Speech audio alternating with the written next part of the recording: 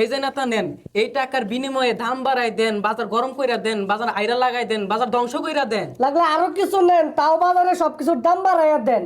আচ্ছা আমি একটা জিনিস বুঝি না, রমজান মাস আইলে সব দেশে জিনিসের দাম কমে আর আঙ্গনে বাড়াই দেখে লিগা। তোর মাথার তো জ্ঞান বুদ্ধি বলতে নাই। বাংলাদেশের মানুষ আরেকজনের ইমোশন নিয়ে ব্যবসা করে। রমজান মাসে মানুষ কিন্তু যত কষ্টই হোক বালামন্দ খাওয়ার লাগিয়া চেষ্টা করে। তো এই মাসটার মধ্যে যদি আমরা জিনিসের দাম বাড়াইয়া দেই, যত কষ্টই হোক মানুষ কিনা খাইবো, খাওয়ার পরে কি হইব? এই 11 মাসের ব্যবসা আমরা 1 মাসে হইরা দিই। রমজান মাসে আঙ্গর ব্যবসা হইরা টেহার পাহাড় করি। নেতা তাহলে আজকে আমরা যাই। হ্যাঁ যা তোরা।